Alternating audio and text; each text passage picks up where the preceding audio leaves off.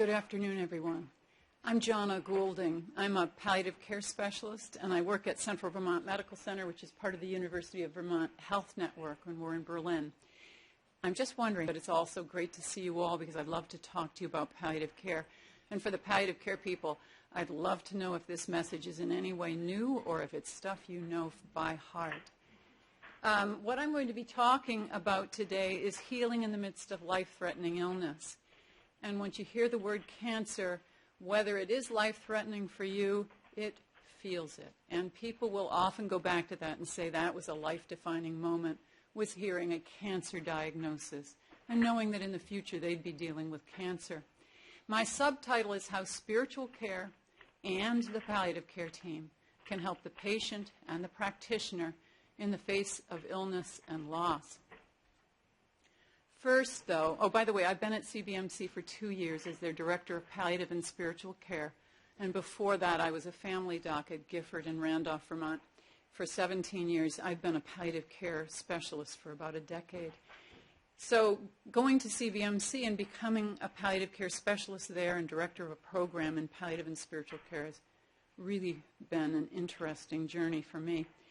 But let's just take a look at what are we talking about when I say healing?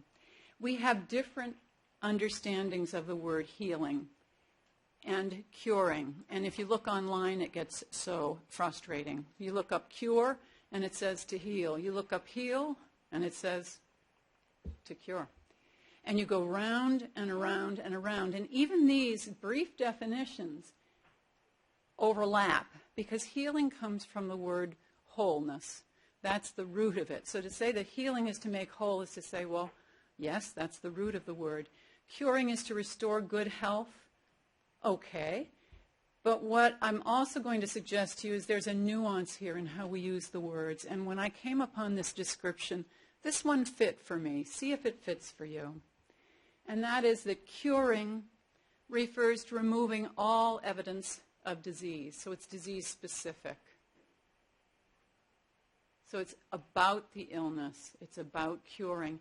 And in fact, if you think about it, when we think of what a healer is, we don't think of it as being somebody who fixes a disease. We think about it somewhat differently because healing implies that two people are meeting for the purpose of trying to help someone become whole. And when I read that, I went, yeah, that sounds right to me. There's just a little bit of difference between these words. But one has to do with removing evidence of disease. The other has to do with meeting someone on their territory and trying to help them become whole. In palliative care, we're talking about healing. The people who come to palliative care teams, to consultations in the hospital, to consultations in the outpatient clinic or the cancer clinic, are people who are looking for healing, not necessarily curing. So I'm going to give some definitions, and some of them may be old stuff for you and some of them may be a challenge, but what is palliative care?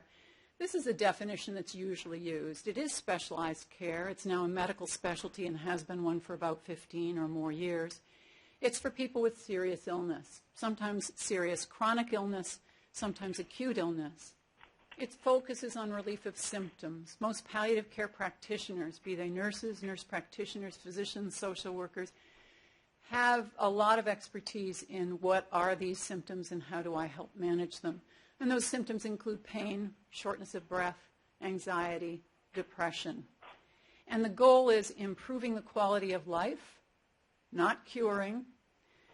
But the last is for the patient and the family. For we look at our definition of the patient is patient plus family. And that includes family of choice, if the person has a family of choice of friends or other people that they're close to. And when I'm trying to give the short version, this is what I say. What we try to do is prevent and relieve suffering. It's as simple and as complex as that. Oops. So how does spiritual care come into the palliative care picture? It comes in because palliative care, by definition, is delivered by a team. Are there places where there's only a palliative care nurse or physician? I'm sure there are, but the ideal situation is you have interdisciplinary team.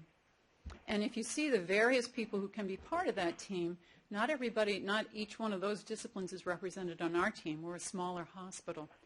But if you go down the list, you'll see physician, nurse, social worker, spiritual counselor. Sometimes these people are called chaplains. Spiritual counselor is usually a little less threatening for patients who are hospitalized with illness. Nurse practitioners are more and more involved in seeing patients independently. And there are some palliative care teams, especially in larger teaching centers, who also have a psychiatrist or psychologist as part of their team.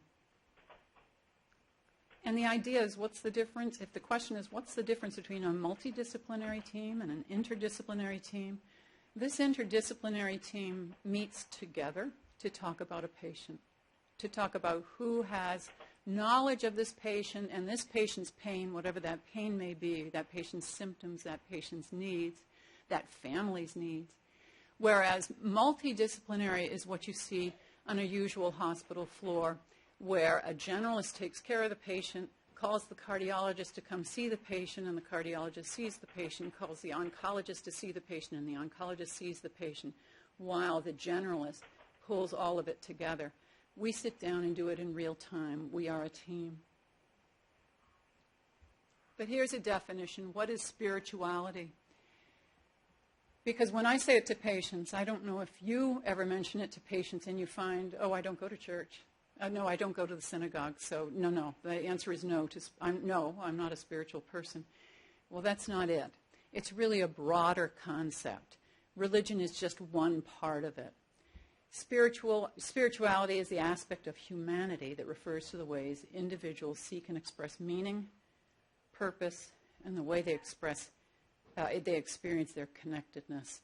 So I put those three words in bold type. This definition came out of a global review of spirituality and guidelines that were written in 2009. And the definition has changed since, and different bodies have different definitions. But most of them, you will see those three words: meaning, purpose, and connectedness.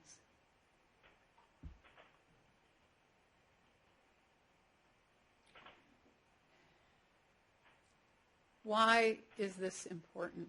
Why is this important that we look at this as we think about our patients? Why is it important? I mean, or is this something that we're doing and just feeling it's the right thing to do, but we don't really know? No, we know it's what patients want. In a study, 85% of patients noted that trust in their physician increases if that physician addresses spiritual concerns. That's a big number, 85%. Also, same study, 95% of patients for whom spirituality is important want their doctor to be sensitive to their spiritual needs and integrated into their treatment. Now, some of us are used to this. If we're in the primary care setting, we go, well, yes, it's really important to know my patient's spirituality, we say, because there are some religions that do not allow blood transfusions, for instance. But it goes way beyond that, because we're asking people about what keeps them connected, what feeds their soul, what comforts them, where do they find purpose in life. Can you imagine the impact of asking patients that, of asking people in front of you that? And in fact, I have a friend who's a palliative care professor at the University of Sydney in Australia.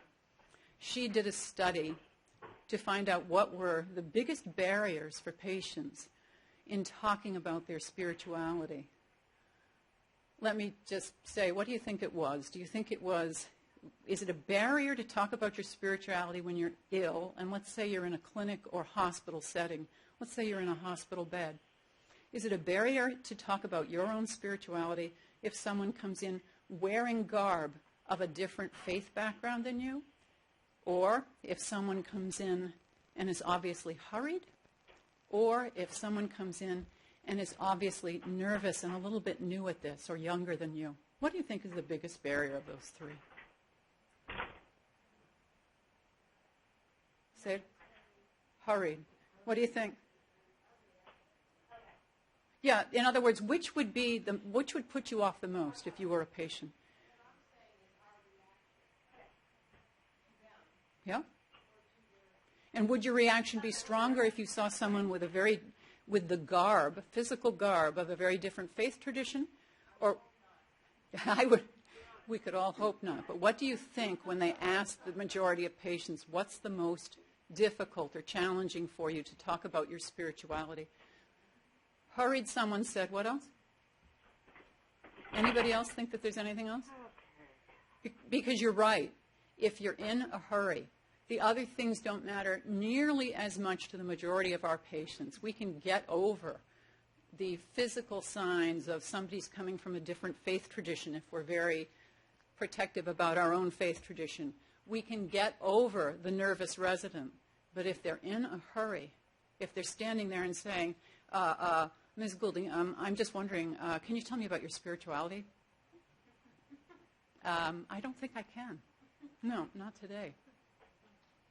So we see that 85% of people feel that it's really important for their physician to ask them about spirituality and integrate that into their treatment. 95 of people for whom spirituality is important want their doctors to integrate it into their treatment. But this is the statistic that really got to me. 50% of patients for whom spirituality is not important feel that physicians should address patients' spiritual issues in the case of serious and chronic illness. Now, I don't know whether they think it's just a good idea or whether they say, I'm not spiritual now, but when I get that diagnosis, I may get spiritual real fast. But I thought that was fascinating. So it's not a situation where we're going into rooms and offending people by saying, talk to us about your spirituality. How do we do it? Well, this is one resource, and there are many, and you can find them easily online. This is probably one of the best known resources, and that's George Washington University. There's an institute there called the George Washington Institute for Spirituality and Health, GWISH. It was established in 2001. It concentrates on research, education, and policy work, and it's led and was founded by Dr. Christina Puchalski. It's a wonderful center online for information and support. If you're interested in how do I talk to patients, how do I talk to families about spirituality, and why is it important?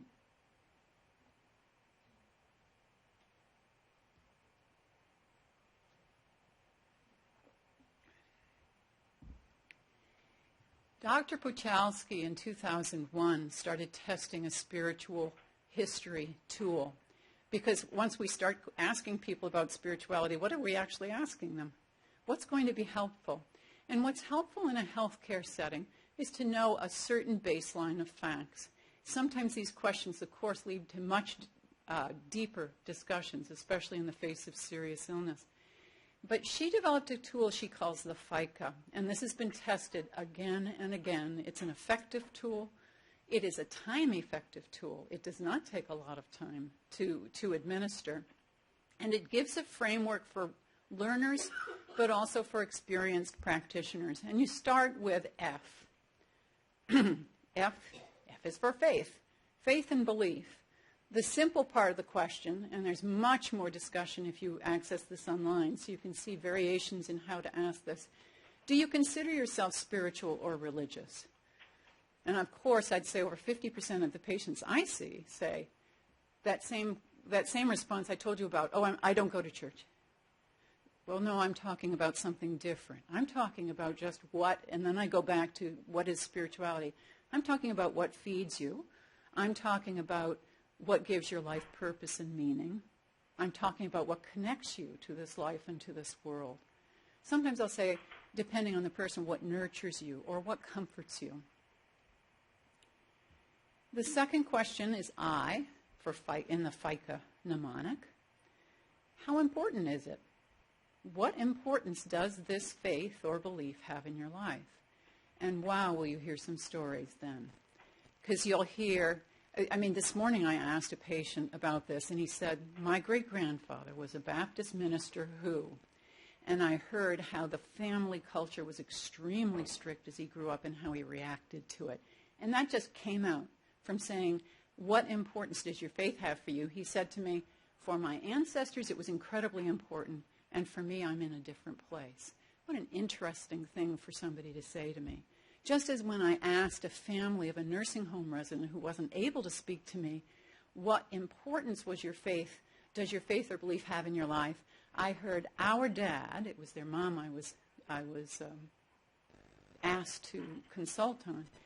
Our dad was a minister, and he taught us to protect the vulnerable. That's part of our faith. That's part of our belief. And indeed, it drove all of the decisions they were making for a very elderly woman who some of us would say did not have a good quality of life, but they were determined to protect her in the face of vulnerability because of their faith system.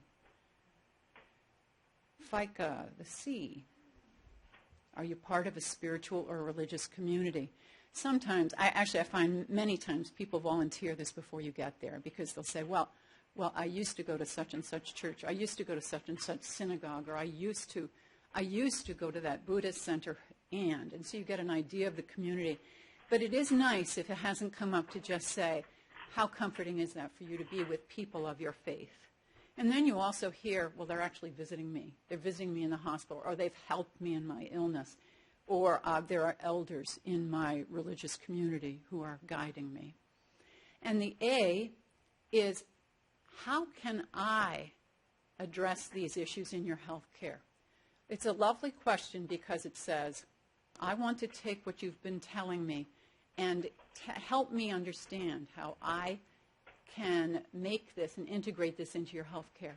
In the hospital setting, I sometimes don't get to this question because we are going down a path where they say, and I've met your spiritual counselor, Dr. Goulding, and so I know that they have a relationship with a spiritual counselor, that sort of thing. But other times it's a really nice question to say, is there anything I can do to help address who you are as a spiritual person within your health care here or in the next month if it's an outpatient?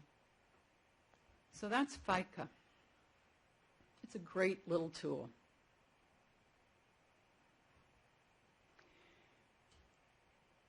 But what about us? Because we can talk about how we can do a better job talking to our patients, eliciting their spiritual story, which I tell you really does impact how people make decisions in their lives and for their illness. And I think you can feel that and know that in the work that you do. It's really nice to know what that is and what impacts them. It's good to have tools.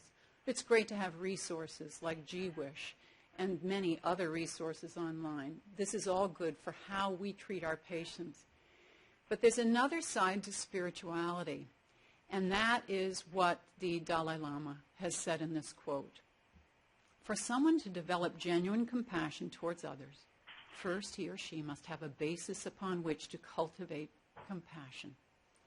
And that basis is the ability to connect to one's own feelings and to care for one's own welfare. Caring for others requires caring for oneself. Now, specifically in the spiritual setting, we can ask and elicit our patients' and families' spiritual history.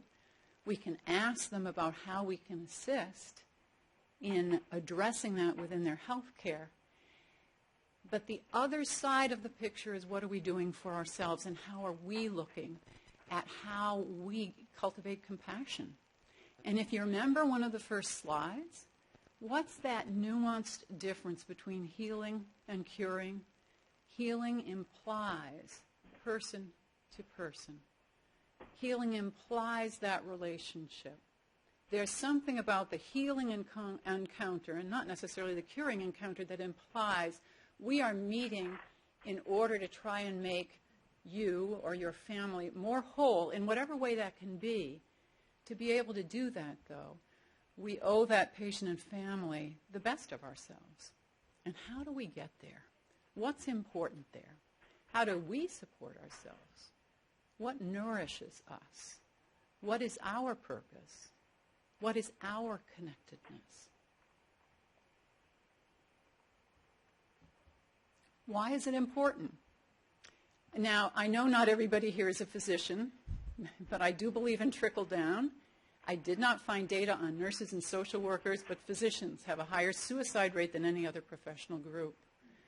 This is well known. And it's interesting. If you try to find, let's get more information about this, they dive right into what kind of physician really knows how to be successful at a suicide attempt. It's this clinical data that's out there. Who's at the highest risk among physicians? Well, it's the people on the front lines, the family doctors, the internists, the emergency room physicians. Who's most successful at completing suicide? It's the psychiatrists and the anesthesiologists. These are the saddest stories. They're quite extraordinary. But the truth is we have and I am generalizing inappropriately from the research, but we have a higher suicide rate for the work that we do than all other professional groups. So why else is this important? Why is it important that we look at this other side of spirituality? It's not just about patients and families. It's about us who are treating and are trying to take care of these people. Now, this is a specific study that came out in 2012, and the physicians they looked at were oncologists. But this is one of those studies where I sort of go, didn't we know this? Oncologists who did not give themselves space to recover from the trauma of patients they lost to death risked influencing decision-making for the next patient. So what's the news here? Aren't we all impacted? Don't we all carry it? Don't we come from one situation of a very ill patient to whom we're giving care, take it into the next ill patient's situation, and find it hard to separate? Don't we find that we're carrying perhaps a recent loss in our own family, and then we meet someone in the same age group, or we meet someone who looks like them, or loves sewing as much as they did? Whatever that link is, we carry it, and it risks influencing decisions. Sometimes it's a wonderful link because it just reminds us of who we are as human beings and how deep our souls and our spirits go in connecting with people. But what this study did was say, these oncologists do not have a way to talk about it. There is nothing built into their training. There is nothing built into their workplace. And they don't have any way to debrief, to acknowledge. And many of them don't necessarily feel it's appropriate as a member of the public would go to a memorial service, that sort of thing. They hold the pain because that's also part of the medical and caregiving culture. I can't share that. I can't tell my next patient I don't want to do that. But the issue here is, what does that do to them for stress? How does that get internalized? So this researcher, her name is Liat Granek, and she's from Israel. She does some fascinating work. She was really the first one who showed the decisions are different when oncologists are coming from patients they've often worked with for years, because people are survivors and are living with disease for a longer time. They lose that patient, and then they go see another patient who might just connect, and they connect to former patients and losses that are unacknowledged. I actually presented with an oncologist from Dana-Farber and a chaplain 2 years ago at the annual Palliative Care Conference. And we looked at this, is it grief, is it trauma? That was what interested us and what interested our colleagues in that setting. But part of it is, does it matter if it's grief or it's trauma? It matters to clinicians. Those are treated differently and acknowledged differently. The point is, it's still pain. And what else do we need to consider in the pain that practitioners carry? It's doctors, again, I know this, but we're also, all of us, I think, dealing with the decisions that doctors make. Most doctors would turn down the option of aggressive treatment if they were terminally ill. And this is from 2014 study out of Stanford University. Yet, these same doctors tend to pursue aggressive, life-prolonging treatment for patients facing the same prognosis. So, it's really easy, especially on the basis of 2 short sentences, to pull this study apart. A friend of mine who's a psychiatrist said, oh, come on, Jonna, come on. You ask a group of healthy doctors what they would do if they had this terrible diagnosis. Then you ask the people with a terrible diagnosis what they're really thinking of doing. Of course, those are going to diverge. People who are healthy can't really imagine themselves into a place of being critically ill. That's a good point. Another good point is how the researcher defined aggressive treatment, including the fact that she included, do doctors say they want to be no code or full code, which I think doesn't grasp the richness of the problem here. But what I would ask you to see in this is when I read the headlines on this article, because it was in the press, it was in the Times and in the Globe and Mail, it was in the newspapers when it came out a year and a half ago, was that first reaction I had as a person who deals with people with serious illness, which is, yep, finally, someone's going to talk about this. That we have physicians and specialists who are recommending treatment that they would never accept for themselves. I also say that from the experience of being a family doc and having patients come in telling me what they're planning to do. And what would we talk about as family docs? Wow, I would never choose that. And you'll hear these flipped statements, but I get it. I get where they're coming from. If I had that diagnosis, I'd cash in my life insurance and fly to Aruba. It's that kind of thing. I go on a beach and I would forgo all treatment. What I'm saying in this slide is not, oh my gosh, what are we doing and how do we change this? No, what I'm saying is look at the pain that's in here. What is it to be a practitioner who is trained to and is in the habit of recommending things to patients, hopefully with some compassion, possibly with not a lot of it if they haven't had that experience, but still recommending things while having some part of the psyche that says, oh my gosh, I know what's ahead and she doesn't. To me, that is a seed of moral distress. That is a seed of spiritual distress. So when we talk about suicide, when we talk about treatment decisions, whatever they are, those ripples in the pool being affected by the last person or the last group of people or the person last year who had a terrible time and we didn't have a chance or knowledge about how to grieve that. So we bring that to the next patient. If we talk about dealing with patients or friends who choose treatment options and we go, oh, I've seen how this works. This is not going to be good. I would never choose that. That is a seed of moral distress. So, what are we going to, excuse me. What are we going to do about it? I'm just going to talk to you very briefly about how our palliative care team is made up, because the spiritual care counselor has turned out to be a much more important part of the team than I ever anticipated. I'd love to say that I could see this happening and this was all in the grand plan. It wasn't. I was hired 2 years ago. At the time, there was a part-time nurse working with me, and she soon moved on to another part of the hospital. When I came to the hospital, they said, "What do you want? What do you need?" That was the last time. No, not really, but they did say, "What will it take for you to come here and lead palliative care?" And because they had just lost their spiritual counselor, who was an extremely vibrant person, and she was no longer working there, and I felt that loss. I just thought, gee, I thought I would have a comrade or somebody to be part of the interdisciplinary team instead of just a solo physician.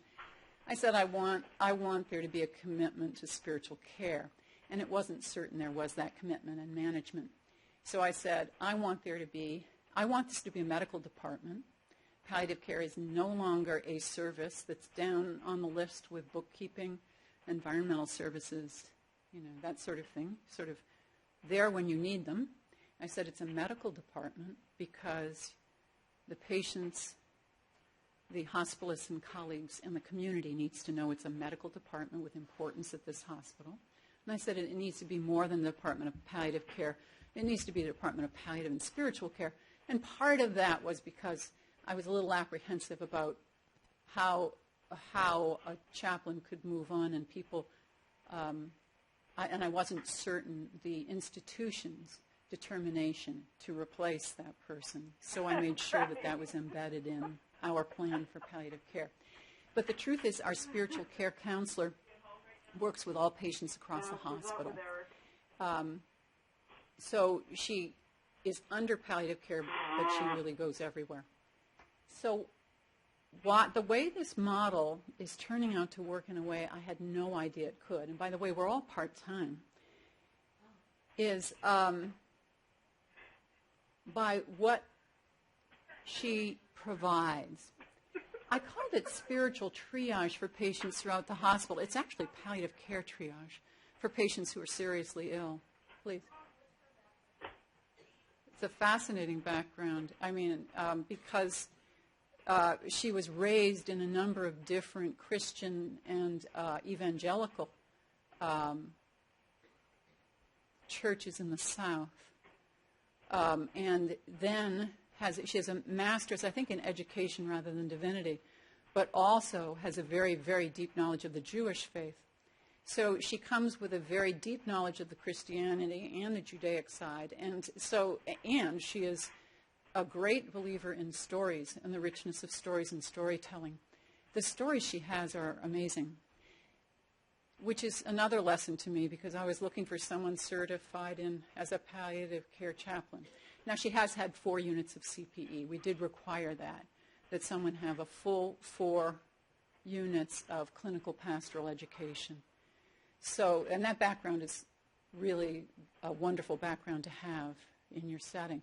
But her personal background is so rich that she is a part-time chaplain. And our hospital is big enough on the national, if I compare it nationally to other hospitals, we really should have a full-time spiritual counselor. And we have a half-time, so we're not able to meet the need. But what she does is she goes through the hospital, seeing all the patients she can. She will prioritize palliative care or very ill people or people who've just received life-threatening diagnoses.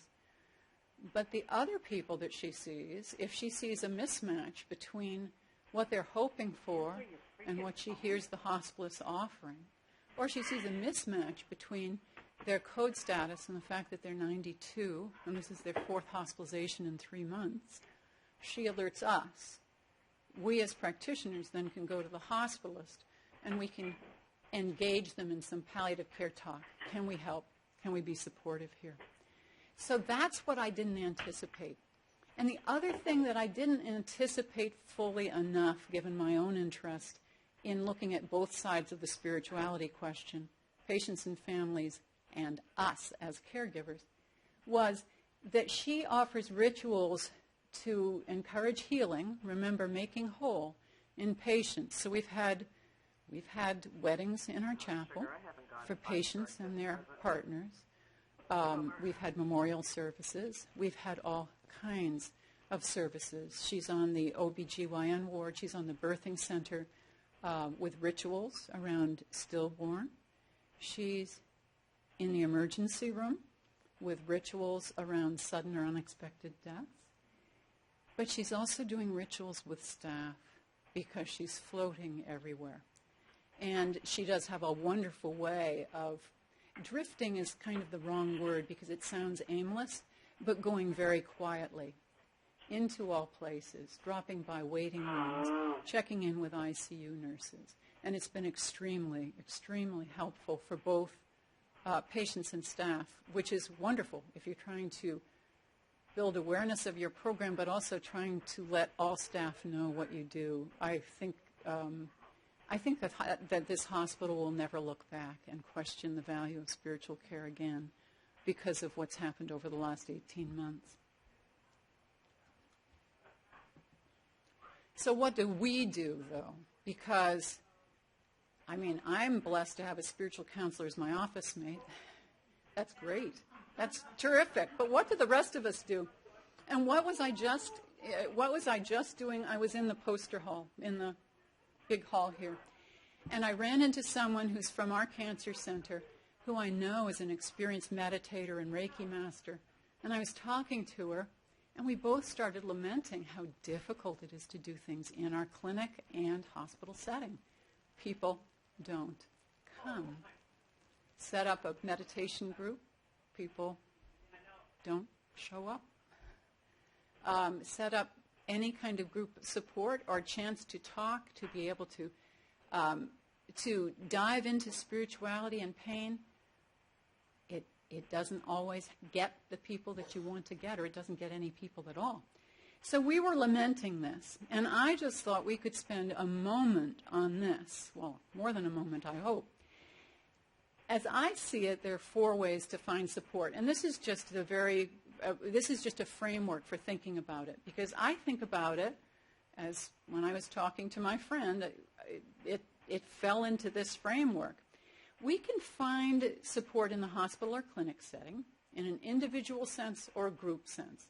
And for instance, in a hospital or in a clinic setting, in a group sense, there are things called Schwartz rounds, and there are things called Ballant groups, and both of them are efforts to bring together multidisciplinary teams and talk about emotions. What did it feel like in that case when? Instead of talking about the biology, instead of talking about what went right, what went wrong, to say, what did it feel like? And to know that it's a safe space and it's mentored and there's a conversation that can be deep and confidential and does not move out of that room.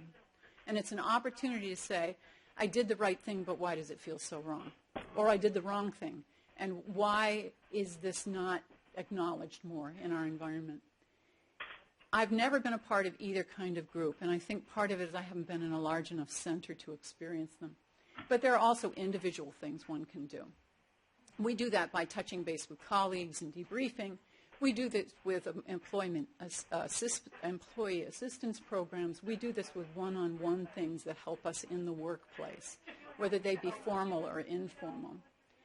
And then the other heading, of course, is what do we do outside? As I was saying to my friend a few minutes ago, I think most of us go outside for what we need, what is going to nourish us, support us, connect us.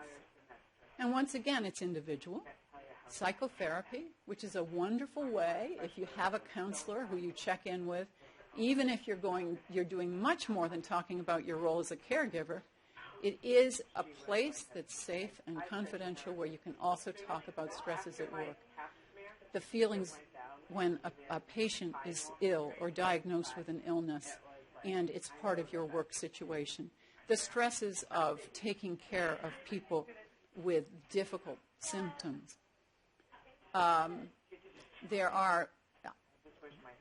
am very interested in spirituality and medicine, and I'm almost embarrassed to say, until 2 months ago, I didn't know there were things called spiritual directors, which is a bad phrase because it sounds like someone's going to direct you spiritually, but they're actual spiritual partners. This is a group of professionals across the nation with specific training who meet one-on-one, somewhat as a counselor would do, but specifically for your spiritual growth. And they're much more likely to be willing to do this online and by phone than, say, a psychotherapist, and their agenda is much different. It's specifically about the spiritual part of the work we do or the lives we lead. So this is the one-on-one things. Then there are group things. And yes, classes in yoga fall somewhere in the middle. They're very individual. It's about the individual experience, but it's also about the group. And then there are group things, including spirituality groups, and of course churches and more traditional places where our spirituality goes in the community. But the challenge is we need to do something because we deserve it. We deserve to be in touch with this very important part of our lives and not shunt it off to the side, especially when we're experiencing some of the things I was talking about. High suicide rates among people who take care of people. We need to be thinking about that for ourselves. We deserve no less. And our patients and their families deserve no less, because then we can be the practitioners, I believe, that we want to be. So if there are ideas about how we can do this, I would love to talk. But the idea that I do want to leave you with is we have to do something. We have to do something individually or as a group because our patients are suffering and they need our help, connecting with their spirituality and what truly drives them through, what really guides them in their lives and what's important to them. And if we keep returning to that, we can help them with the decisions they make in a very complex medical system. But our patients are suffering, but remember, we are suffering too. We carry a lot. And then just a reminder, if you have a palliative care team or know of one where you work, I'm not suggesting that your palliative care team can take care of everything or can take care of you or can do all of the things we wish we could do around our colleagues. But if you are seeking the palliative care team, and specifically if there is a spiritual care presence in that team, can be a starting point. Because palliative care teams, certainly the ones I'm aware of in hospitals, are thinking about this all the time. They have a presence in spiritual care of patients and families, and more insisting upon that same spiritual care in themselves. I was on a retreat for medicine and spirituality this last summer with Christina Puchalski. She was the leader. And she really is the leader in this country for teaching medical residents and learners and interns and medical students at George Washington University about spiritual care and how important it is in the life of their patients. She was meeting with Frank Ostraszewski, who is the founder, years ago, of the Zen Hospice for AIDS in San Francisco. And he said, "That's very good, Christina. I'm glad you're doing all this. And are you asking each of your residents what is their personal spiritual practice?" And she said, "I'd never even thought of that. That just seems so outrageous." And she said, "But it's not. Because it needs to be part of our conversation, not to challenge people to say, what is your religion that you put on the dotted line? That's not the point. The point is, do you have a spiritual practice? And if you don't, can we help you identify what feels right to you, that will support you and nourish you as you do this hard work of caregiving? So in conclusion, we come back to the Dalai Lama. Caring for others requires caring for oneself.